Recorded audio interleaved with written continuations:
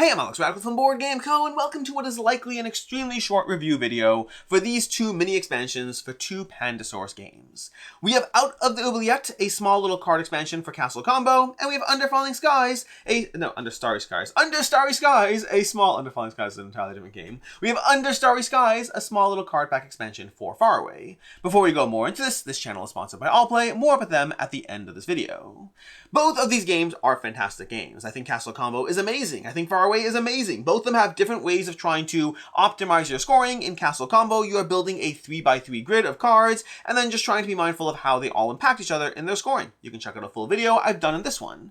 You can also check out my review of Faraway. Faraway is slightly different. You are building out a pathway of 8 cards, and then scoring them in reverse order, being mindful of the symbols you're collected along the way that will allow you to score your cards as efficiently as possible. There's a lot of strategy in both these two small box games, and these add cards. They add new cards and minimal new rules while adding a lot more, well, some more things to do. Let's talk about Out of the Oubliette first. That's going to add new cards to your game, but primarily the new mechanic you're going to see here are these lock tokens. When you gather a card that has a lock token, you will take a key from the supply, putting it onto the card, and then at any point you can take the key off in order to activate the effect on that card. Effectively, it's a right-away ability, but with a timed release. Normally, in Castle Combo, what you're going to be doing is you're going to take a card, getting its instant ability, and then its endgame scoring ability at the end of the game. This time allows you to do something different, where you have an instant ability that is no longer instant. You activate it when you want, when it's most advantageous to do so, which is particularly fun for those new starting cards. Because, like,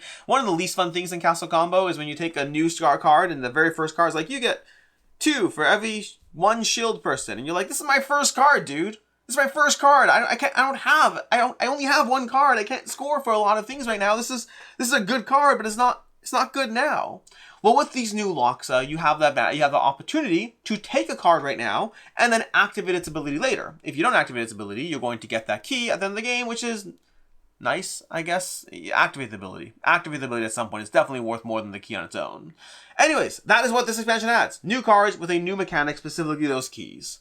Then, Under Starry Skies, for Faraway over here, is going to add these new cards over here that basically have meteors shattering down to Earth. These cards give something different, because when you take one of these cards, it's going to stay face up in your grid the entire time you are scoring. If you're familiar with Faraway, that's like, oh my gosh, that's not supposed to happen. You're not supposed to have cards face up the whole way. There's a path, there's an arc. Your cards go face down, then you reverse them and you score them, and the symbols you have matter. That is such a key part of the game. Having a card face up is, well, you know, breaking the rules. But you might notice all these cards over here, they don't really have the various icons that you usually care about. They have some icons, but the core icons in the corner, not actually going to help as much as you think. So why are these that good? Well, first of all, we have some new scoring abilities. Things like this, you can destroy a sanctuary to get 8 points. If you have 5 map tokens, you get 17 points. There's a bunch of these. I just chose a selection of 5 of them, but there's a bunch more in the box. So some new ways of scoring points, honestly, not that interesting. What is interesting is the second number on these cards, because a 26 over here means that this card will be face up in scoring the entire time. But also, any card you have that ends in 6 is going to be face up the entire time. If you have 16, 26, 36, 6 on its own, 46, 76, whatever version of 6 you have, it'll be face up in your grid the entire time, which allows for entirely new strategies as far as how you build your scoring pathway, because play your cards right, literally your cards right, and you may well have 3 or 4 cards staring up at you the entire time you score, completely changing the math of normal Faraway. But granted, you're doing so at the cost of having a bunch of icons in the top corner of these cards themselves.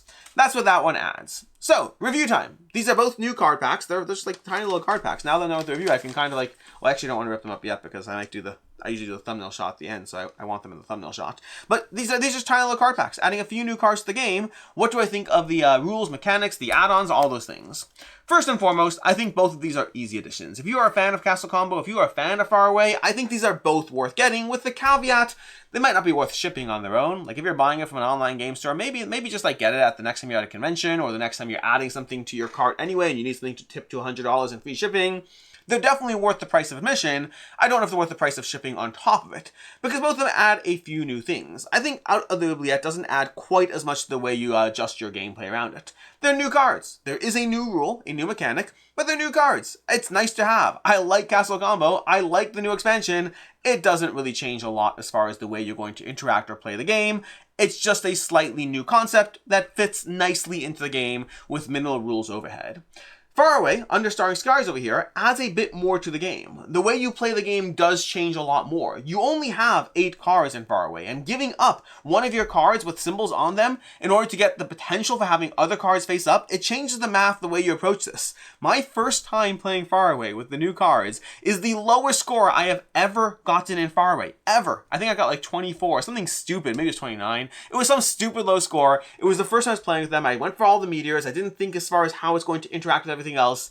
I changed the way you play. Again, you only have 8 cards. Every card is precious. While that's true with out of the Oubliette as well, I mean, you have 9 cards, but still every card is precious. They just don't meaningfully change things up in a way that really makes a huge difference. It's a new rules mechanic, not a shift to the way you play. The meteor cards over here, these are a shift to the way you play. You want to pick them very selectively in ways that are going to augment your scoring and not just, ooh, shiny, it's a pink card and it sounds good and it makes my other cards face up. You need to actually develop how you're going to score from them.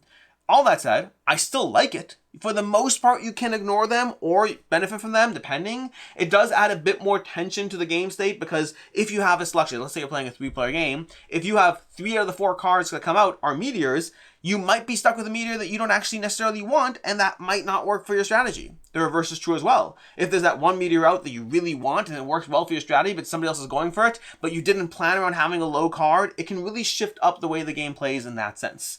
Overall, though, it doesn't change my opinion of Faraway. It's just it's a bigger change to the way you're going to approach your strategy than the card pack for Castle Combo.